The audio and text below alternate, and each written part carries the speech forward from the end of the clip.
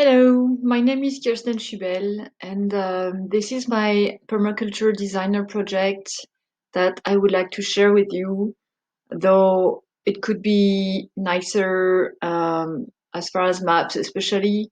But we are December 29th, 2020, and it's the end of my course, so I wanted to give back and share it. And maybe it's going to be an example for people like me um, who are not completely into permaculture every day, and maybe there's something to take. So here it is. My mentor is Heather Jo Flores, whom I thank for her help. And my project is in Waco, Texas, in the USA, though I'm from France. So I'm 40-year-old. I grew up in France, and my story is about looking for the meaning of life while I was a doctor specialized in lung cancer. And as interesting it is, my patient would most of the time die at some point, and like in my hospital.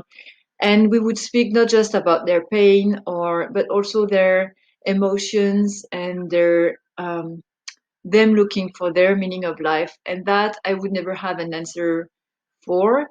One, because it's very personal, but also because my own personal answer I didn't have at the time. So I looked for it in two ways. One is into religion. So I began to go more regularly in a Protestant church. That's a long story I won't tell here, but there I met my now husband, who is American, and that's why I moved to Waco, Texas. And the other thing I did was discovering Pierre Rabhi, who is a French philosopher. I think it's how he calls himself. And he speaks about happy simplicity and agroecology. And he is kind of founder of the movement of the colibri, which is the hummingbird. So every uh, little human makes his part to the bigger thing. And this movement uses definitely the permaculture principles, but also more, I guess there are social permaculture principles, though I stopped listening to them since I moved here. But that hooked me to permaculture, and now that I live in the USA, it's one way to try to connect with people and the land here. Here, my degrees are not valid, so I try to make my equivalence to pass my equivalence, but it's just a bad health system that I don't want to be a part of. I'm a mom with two small children, so that's too much time to commit to, and um, and so I chose to follow that course to learn about permaculture, thinking maybe that's going to be a future job for me. Um, and it took me a lot of time because I don't think it's going to be my full-time job, though it's an amazing tool that I discovered. And so my project is my home project. So it's a home, it's a three-bedroom home that we bought a bit in a hurry 2.5 years ago now. It's inside the city limit of Waco, so we have all the city rules. It's from the 50s, and there is a nice backyard and front yard, so the whole lot is 0.241 acres, and the house itself, it's 1,700 square feet. Sorry, I'm speaking in square feet and acres because that's the unit I got.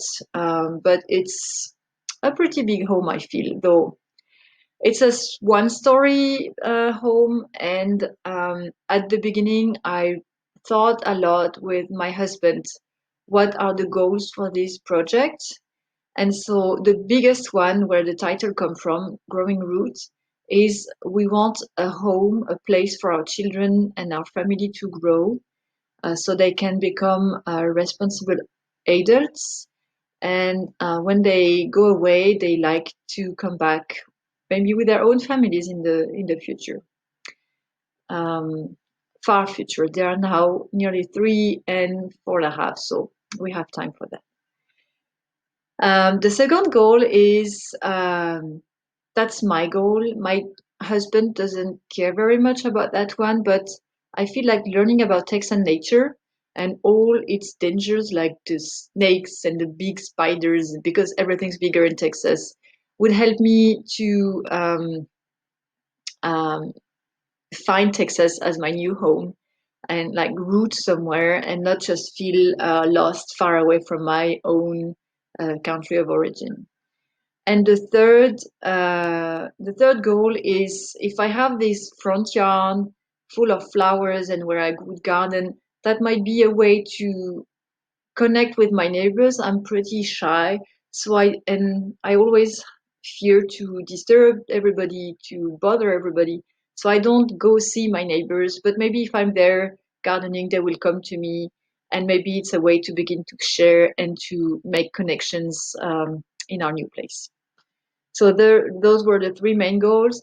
Then I used the holistic management to make the different layers of the goals. Um, I'm just gonna read the center and the main ones, and then we thought about different ways to accomplish all the goals. So as a family, so that was the very important thing. It's just not just my project, so though I will be the only one to work on it. It's a family project, so we want to grow and heal in connection with God, its creation, and the surrounding community. So that's the center of our project. And so in the blue part, it's how we grow children for them to be healthy and become adults. Then the orange part is we ourselves grow as parents and heal ourselves, and that's a big part. Uh, for me, it's for my husband too, though he doesn't use the same language for that. The red part is we nurture our connection to God and its creation. So both of us are looking for a spiritual connection to something bigger. Um, Again, I won't enter into all the details of what we do, what we think, but it's a big thing, though we are very different, the two of us, and that's a big challenge for our family. In yellow, it's we are part of a diverse community, so I don't want to be that single home, nuclear family, far away from everything. I really want to be a part of a diverse community. I used to live in Paris the last 10 years, and having um, diverse people around me in all the meanings of the word, I miss that. And in purple, it's we cultivate resilience. And that's been a big theme of my life the past 10 years, is how to heal from what happened and get prepared to what might happen in the future. So all that speaks a lot about spirituality, about self-care and preparedness, and then finding ways to survive and thrive as parents with our children, and so they can thrive too in our home. So here's the base map. Can I show you? Yes, I can. So the house, that is the front of the house with the street at the bottom. We have this nice front yard. And in a minute, at the bottom you have a tree. I draw the trunks of the tree, but the canopy of that tree is like this big. It's a huge live oak tree, and so the shade, it's shading the whole front yard. Those are my two small raised beds that I already got. The driveway, which is just concrete, and at the back we have a carport, and you enter the backyard with two patio that we barely use. This is a big oak and another big oak, and both their canopies like shade the whole house like that. And the house itself, it's so there is an entrance. There is what I call the library. It's a small room that we cross and spend very few time in it. This became the children's bedroom. We have another bedroom here. the parents' bedroom, two bathrooms, and a big living room with like a bunch of windows here with a super nice view to the backyard. So it's a very classic Texan house. Um, I don't know if that speaks to anybody, but it's like very thin walls made of wood structure, and I don't think there is very much as far as insulation. But we have nice trees to shade it, and we have neighbors on three sides. At this side, it's a couple of sisters that we have very simple relationship with. That at the back are neighbors that live on the other street, so we don't know them at all. And here it's a lonely old man that we don't know. And across the street we have other neighbors that we know a bit better. So these are the zones that used to be and that are less true now. Basically, we spend all of our time in the kitchen and the living room. So I called it zone 1. Then we would sleep in the bedrooms, come and go here, and spend very little time outside, in fact. I tend I used to tend those two small raised beds, so I call them zone 2, because I spend some time there. But then the whole rest of the backyard is like zone 3. We would go very rarely, and then at the back, zones that are like completely left to themselves. It's not wild, as in it was planted someday. It's just that we never go there. And so here are the zones I hope to implement with this project. So now I really have a zone 0 where the whole house is used. A zone 1 around where we spend more time outside every day. So here with the compost zone, I will show you a bit more later, like use much more the patio and more of the front of the house. And then a zone 2 with this big zone here where I hope to keep the grass so the children have a place to run, play, ball, and everything. And then have different zones when you go further from the house. And I will show you a bit more with all the components on them. There are still places I don't know what they will become. Like that driveway, we use it, but it's concrete. I don't like the way it is, but that's something I'm still thinking about. Here we are. As far as the sectors, so it is the north is in that direction. So as far as sun, we have in the winter, that's the winter sun, so it rises on that side and sets on that side of the house. And so we have this south window in the kitchen, the children bedroom. So that room is a nice place where sometimes I go in the winter to work because it's a very hot room. And in the summer, it's here is the sunrise and sunset. So it's much bigger, but we have trees here who already shade the house. And there are no trees that actually prevent the winter sun to enter the windows we have. That big tree is not big enough to shade the house itself. Wind, it's about half and half from north and south. So when it comes from the south, it's going to be warmer, and when it comes from the north, it's going to be cooler. It's not very windy because we are in the middle of the city.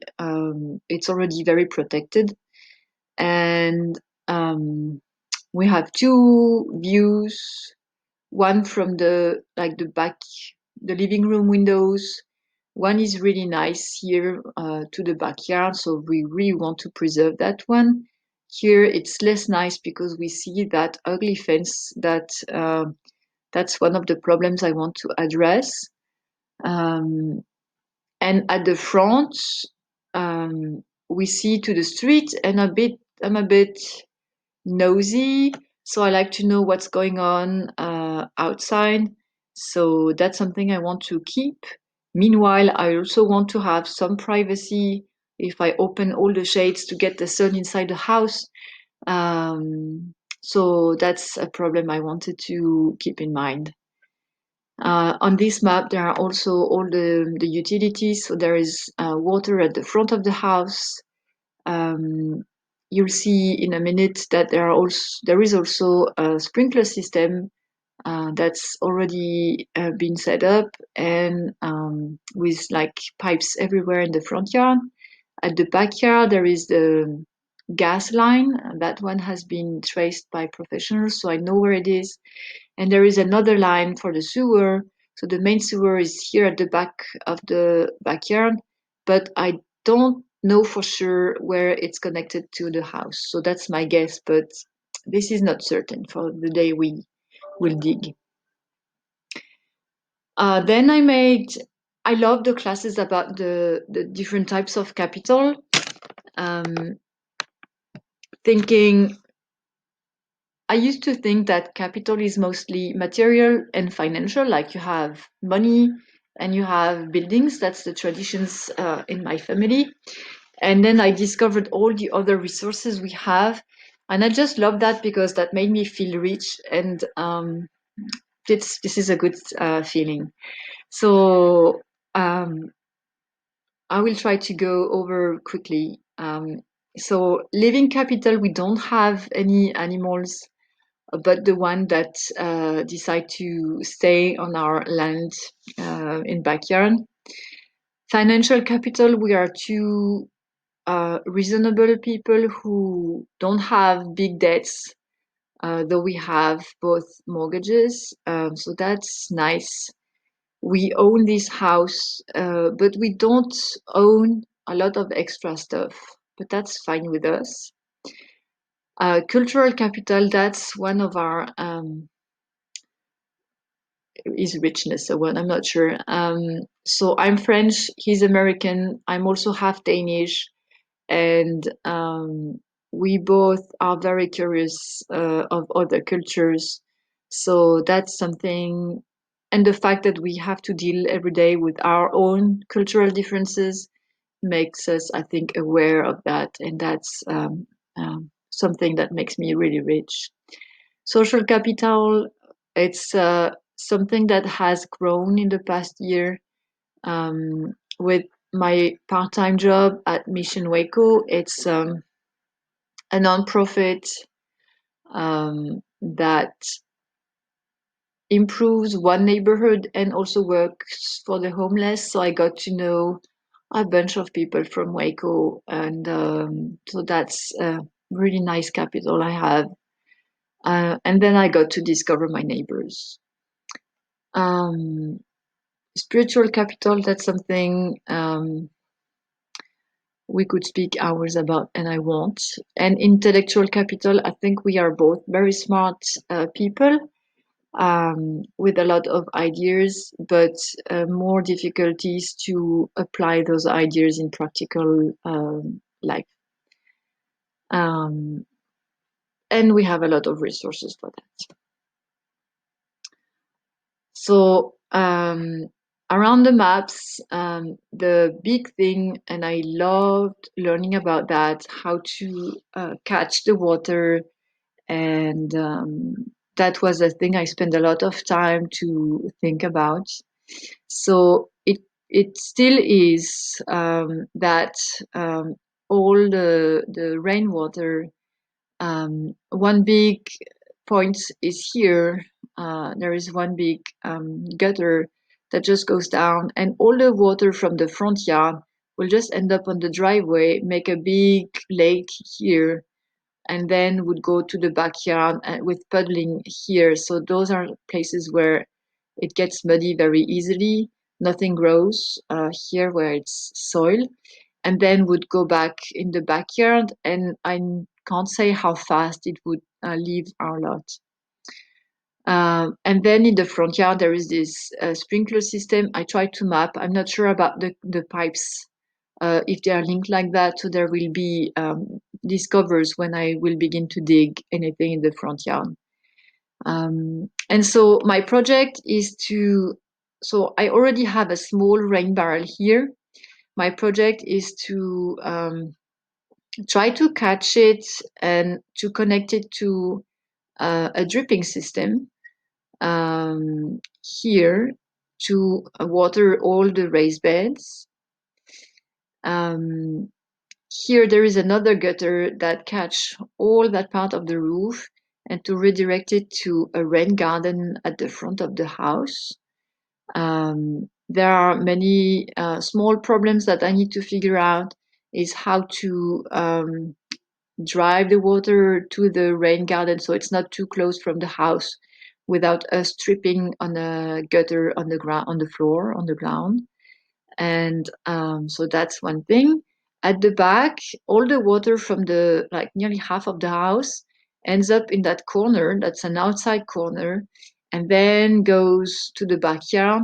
And I will use probably more berms than swales because I don't want to dig too deep, as I don't know for sure where the sewer lines are. But clearly, bring the waters to around the trees. So I plan on planting many fruit trees. And so from one tree to the other with holes around the trees. So that collects the water and like plants many gills around the trees. Here it's a big tree. I don't remember its name. It's a nice tree, though it's a bit in the middle of the way, so I don't know yet if I at some point will cut it down to choose other like fruit species or if I will keep it and work around it. And here, for now, we have gutters that don't work very well, so I have leaks everywhere all the way. But my dream is to repair all those gutters and have like a big rain catchment cistern and filter that water so you can have drinking water or at least um, some water for that. It's now just a room in the carport, but it's not insulated. But if that could become a living space, that would be great. And the run of that cistern would go to the trees. And then the water, hopefully we catch most of it before the end. If not, it's going to continue to go further down the slope. It's not completely flat.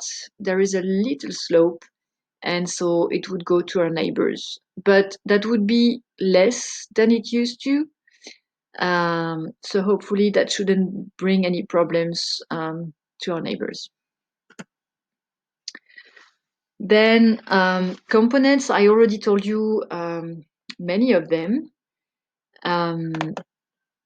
So the big ways we are going somewhere, there would be that loop where every day or every other day we would go to maybe the chicken if I decide to have animals. That's something I need to still finish in my mind. But go to the compost.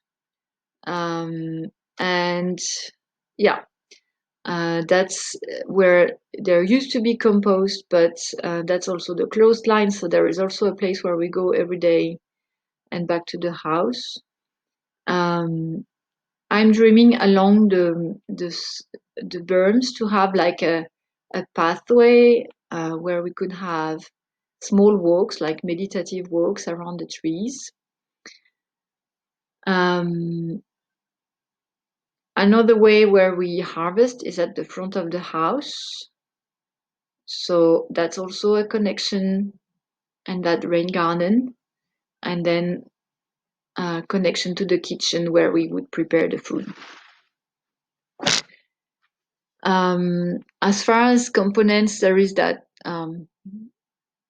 I don't dare to call it a fruit forest, but that's my dream. So many fruit trees around the garden, so it leaves a space in the middle for the kids to play, and with gills around each of them. Here should be the compost. There is no window here, so we wouldn't see the compost where we are. It would be next to the chicken, so when we would go there, the food scrap we could give them either to the chicken or bring them to the compost, so that would be just one way. Here, the patios, we don't use them very often, and I think we get comfortable enough in our home that we really want to become to get comfortable outside of it, especially in the spring when it's not too hot. So that would be like table, maybe nets to avoid mosquitoes. And then that's my clothesline that I need to improve so I have more length to it. The carport, it's now a bicycle storage and a mess. And that would be something to organize as a nicer bicycle storage because we both have bicycles and our kids love to bike too. And I need to organize a workshop. Um, I have few tools now, but if I pursue my project to the end, I will need more space to work. So that would be there. This room, that's a big project would be to transform it into a guest room. So lots of work there to do. Other components, the rain garden to catch that rain from the front roof and to have like some curb appeal. I don't like grass. You need to mow it, and that's a pain. And having flowers and plants and maybe edible there too would be nice. And okay, I will stop moving so you can see the bottom of the picture. But on the where the raised beds are, actually I changed the disposition of them so I could have more growing space for veggies and herbs, and still keep pathways between them because my mailman walk there every day and he's very important to me as he's my link to friends. And then at the very front of the front yard, I would put some flowers all around or some bushes, herb bushes or flowers to make it nice to neighbors and yet keep a space of grass or mulch so pedestrian can walk there. We have no sidewalk in our street. There are very few pedestrians, but if my part could be a secure place, that would be great. And I think you got most of my components. So that's the map of the microclimate.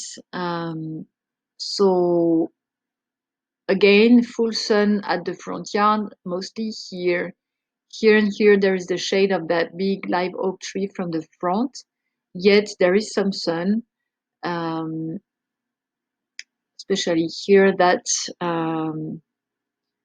strip is still sunny. So that's a nice place to grow. That's why I chose to put my veggies here, so they get the most sun. Yet the bit of shade they get, they're happy with that, especially in the summer where it's like hell. Here at the east of the house, we get summer morning sun, and it's concrete for now. So that's definitely a problem I need to address because it's very hot even in the evening. So I need to be careful about that. There is a bit of full sun here, which is why that's one of the components I haven't spoke about. I want to have an herb and flower patch here. And the rest is a bit shady So I want to have all the trees around so they can grow higher and get the sun. As far as humidity, it's more like when there is a storm, the circuit of the water, as I showed you on the water map. But the biggest problem is how to deal with the long time between the storms. So there is a lot of water at once and then nothing for weeks. So that's something that needs to be addressed in the project. The flows, so there is that loop around the backyard where I like go around my domain, and I still want to go around with the trees. There are those one way where we go to the tool shed or to the clothesline um, that come here. And then there is another bigger one that's mostly used by my husband or I when we use the bikes. We go through the back door and we take our bikes and then we go outside. That's also where we park our car, so that's another way, but usually we use the front door. And there are two flows this direction. That's the Mailman Road, and might sound funny, but that's a very important pathway for me. And another pathway here when we have a pedestrian coming by. There is a pathway, I'm still observing the one that's really at the back. That's wildlife. So I see raccoons passing at the end here. When I scare them, they also run that way. So, and they climb, I think, on top of the fence that's here. And here, that's the cat of the neighbor's pathway. He's hunting back there. As far as plants, that's one thing I'm not done with as I'm learning the species of Texas, and I'm every time I learn a plant, I'm like, oh great, now I know it. And then I discover the pests that come with or the disease that come with, so it takes much more time. But basically, I chose a few trees that would do great here: persimmon, um, plum tree, probably a Mexican plum tree. Here is a fig tree that's already in the ground. Here is a pomegranate tree that's trying to survive in the ground, so I might, um, uh, depending if it survive or not, choose that. That's my dream of mulberry tree, but that can still change a bit depending on what I see or if I want to plant more.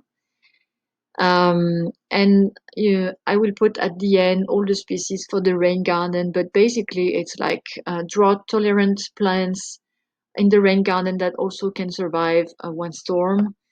And a vegetable here and herbs here. And I mixed all of them. So sometimes I have strawberries here, and I used to have one tomato plant here between herbs. It's just a happy mix. As far as the environment, as I said at the beginning, we spend a lot of time inside our home, especially this past year. Um, During the summer, when it's so hot, we tend to go very few outside. So definitely, I want to improve the energy of this house. We just changed the insulation of the roof, but there are single pane windows all over the place that I want to make better. And so that's a work already in progress. The indoor air quality by um, being aware of what's going on with like taking off our shoes. That's a thing I'm working on. Um, and then the big project as far as building would be what do we do with that carport and how do we uh, take care of it and transform it maybe in a B&B, or maybe now that I'm dreaming of being a cheesemaker, maybe a place to store cheese. That's big questions that are not completely solved. As far as animals, the very priority will be to attract animals and insects like wildlife. So as many flowers as I can through the seasons and through the whole garden. One of our project that hasn't happened yet is to make like mini ponds in buckets and put them between the raised bed at the front. So maybe frogs or toads could stay in our place. We want also to put bee hotels, bug hotels. There are already piles of wood that are like naturally occurring bee hotels, but that's something I want to build with the kids sometime. We want to attract birds, so we keep bushes and also the water sources. As far as keeping our own animals, I'm in my project. There are a chicken and a chicken coop, and I'm running a bit of that with my friend right now. Yet, I hope to leave 1 month nearly every year to France to visit my family, and I don't have the solution yet on who will take care of the animals. So that's not done yet, but it's in the design. And I'm also thinking about a cat or a dog for companionship. But that would be the extent of animals here, as even the chicken would be illegal because too close from our neighbors. So it would work if we keep good relationships with our neighbors. But if there would be any complaints, we would have to uh, get rid of them. As far as the waste, that's something I also so I couldn't draw a map, a nice map, but lowering our waste is something I've been thinking about for a few years, especially here in the US, where everything is wrapped in plastic, where yeah, trashes are big, and so we already try to buy secondhand as much as possible. That's something I learned with my kids. I try to buy local, so I'm discovering our farmers market, and that's a great place to connect with people. Um, Waco is between two big cities, between Dallas and Austin, so we don't have very much local as far as buying in bulk. But that's something that's gonna happen, I think, in the next few years. Definitely, I already have a compost pile, and I recycle as much as I can. Um, though I know it's not the first thing to do. Um, in my project, I'm would like to use reclaimed materials, so I'm on the lookout for that. Um, I want to compost more with new techniques that I want to try and discover as I go. Um, there is definitely the waste of energy in a house, so that's something we are working on by improving the house structure. And then I'm also on the lookout. I found seed library that I haven't tried yet, but that's something that exists, and I'm still looking for that tool library in Waco. Um, Swapping French books, that's something very rare here that we swap between parents. So that's one of the things I plan for the future. We made a waste audit during that class that was really eye-opening to see, despite our efforts, they are big for Texas. They are very small compared to what you would do normally in Switzerland, for example. But now I know how much waste I make in a week. And in the next year, or maybe in 2 years, when we have improved much more things, I will make another one and see the results. Okay, invisible structures. So that's, yeah, my flower. Um, the big one is time. Um, my husband is working full time and not interested in gardening, so it's my time that will go in this project. So that's a big invisible structure. Our neighbors, one doesn't seem to care as long as it stays all right. The other ones are curious, but they are very traditional, as in I think they use fertilizer and stuff like that, and pesticides. But we have neighbors that I need to take into consideration. Money is one big invisible structure. My children, that's something big, because they help me, but meanwhile, when they work with me, they uh, take my patience away, and sometimes they just dig a big hole when I just wanted like a tiny hole for my seed, and I end up with a grave. So that's something to take into consideration. This year, COVID-19 and all the lockdown, and the way you don't go, just meet people to meet them, because you try to avoid. So they call that social distance, and it really end up being social distance for us. So that's a big invisible structure. And then laws, like I said, for chickens, for example, technically I'm not allowed to have them. I might try, but that's something to always be aware of. So that's my map for energy and technology and transportation. Um, what can I say? It it's mostly around the house, how to improve energy efficiency, so lower the waste of energy by insulating the house better. But then it's also choosing better appliances, and yet I just don't want to all replace them at one time, so I'm using the old ones until they can't anymore. We try to lower fossil energy use. So one thing is to for transportation. So airplane is one of our weakness.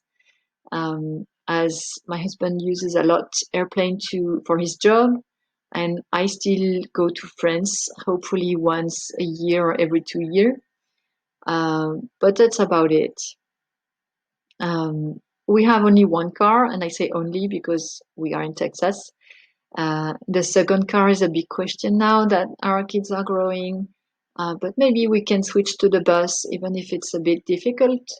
The more we will be in the bus, the better the system is going to be. So that might be some activism here. And then we use fossil energy for heating and cooking. And so again, we try to diminish the insulation. Um, and maybe one day we will have that nice wood stove to use wood instead of gas.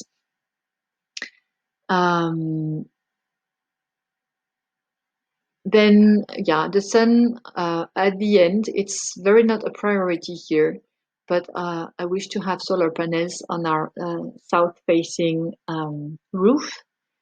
Um, there is a big movement that try to have everybody get solar panels, but I really want to work in the to lower the waste of energy through insulation first. And yeah, as far as transportation, a lot of bicycling. So here's the implementation phase.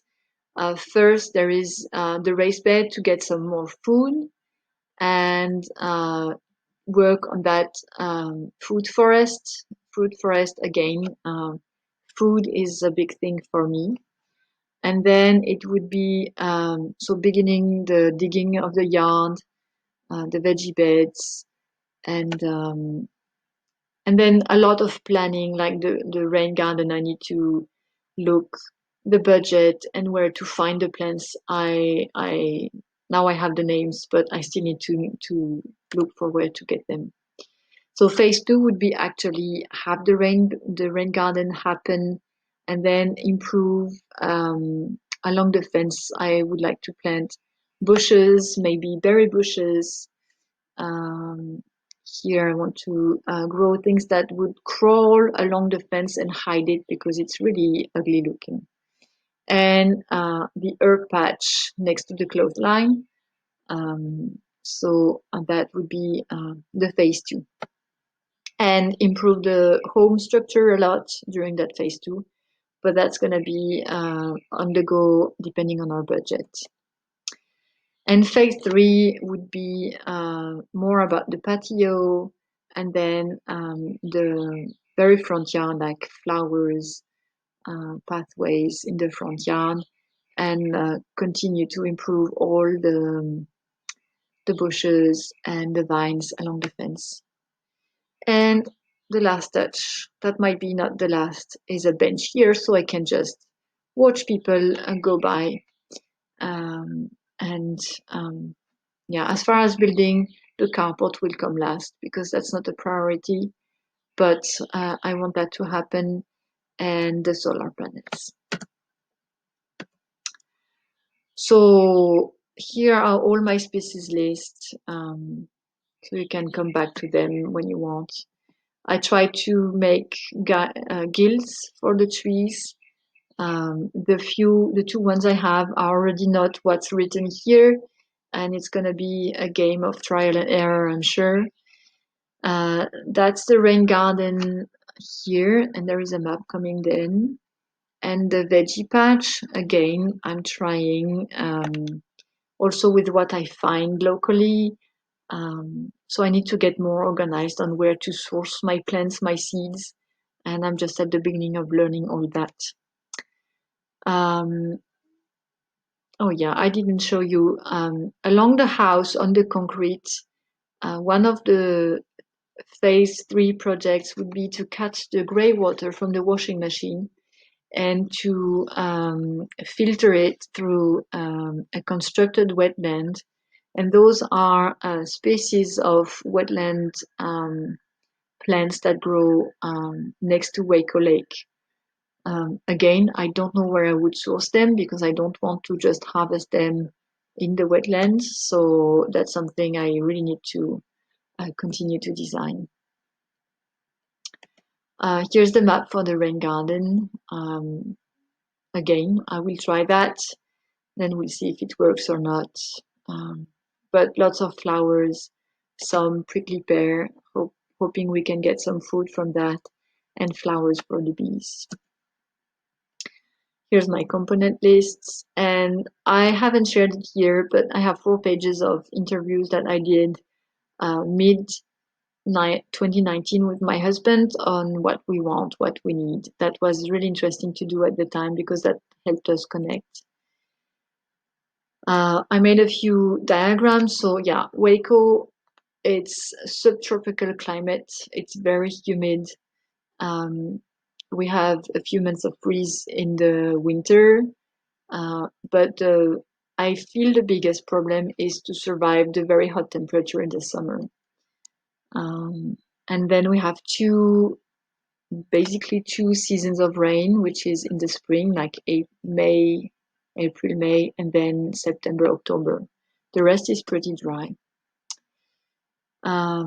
Here are observation notes about my soil. It's pretty neutral. I think it's an okay soil to work with, but I would need to test more as I want to become more precise. My personal boundaries, that was a big thing that I found when evaluating the project. I have definitely a dark zone and that I need to work with. I have few friends and connection with people around me was really hard, especially this year with the pandemic. My husband, my children are boundaries I'm working with every day. Like, is it okay to do one more thing for them or is it not? And that's a work in progress. And time, my time that I thought I had a lot and I could give freely because it's not money and I'm a bit cheap. Well, I don't have that much time. And so that's boundaries I'm discovering. So as far as implementation, I use the Trello board and I already checked something in phase 1, so I'm really glad about that. I'm a bit late on some things, but actually it's okay with me because it's going to be slow but steady. So I think I love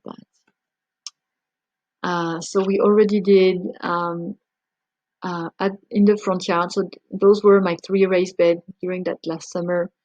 And I'm glad because uh, we got things to harvest, and it's the first time in my life I actually have more than one thing to harvest, and that's my very first watermelon that we got, and we got to observe growing with my son, and that was super fun.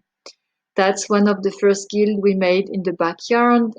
So in the middle there will be, or there is already um, a surviving pomegranate, but yeah, that was time with my son. That was fun. And that's the fig tree after a rainstorm, and I was glad to see that yes, it catches the water. So that's great, I think. Maintenance plan. I used Amy Strauss documents that she gives with the Micro Suburban Farm book. I adapted the plans for Waco, and for now I kept like the yearly stuff that she puts every month. I kept them as she proposes them, but it's going to be the first year I'm using it, so we will change it as the way see. For sure, if I have my own animals, that will be a daily care for them. Watering the plant during the summer is a daily thing that I will try to automatize, so I don't need to take care of it. And then weeding weekly is enough here because it's um, growing most of the time very slowly. So yesterday I made the evaluation, and my goals are already partly fulfilled, so that's great. Um, I could add a fourth goal that I find very important for me is like food sufficiency. Maybe not just my backyard, but at least locally. And that's something I thought about during the pandemic, knowing that if for some reason, for another event, all the train tracks and trucks would be shut down, well, we would be very sorry. And yet, we live in a very fertile land. So we need to get prepared for that. And that comes with a homestead growing foods. Um, I continue to observe my garden, like that family of 6 raccoons we discovered with my children that comes not every evening in the backyard, but nearly they live in the neighbor's backyard. Boundaries was something I really tested this year, and especially the time. Um, and so here it is, my project with ugly maps, because I decided to not take the time to make them super nice, but I wanted to share with you. And it's an amazing tool, but I won't become a permaculture designer as my first job. Now I'm discovering cheese making, and when I'm done with that design for the house, I might begin to use all the permaculture tool for my cheese making business. So that might be my next project that I will share with you. Thank you for listening. It's way too long, 52 minutes, but that's all I want to say about my project. Thank you for listening, and I hope this helps people who don't live on big farms. See you soon. Bye bye.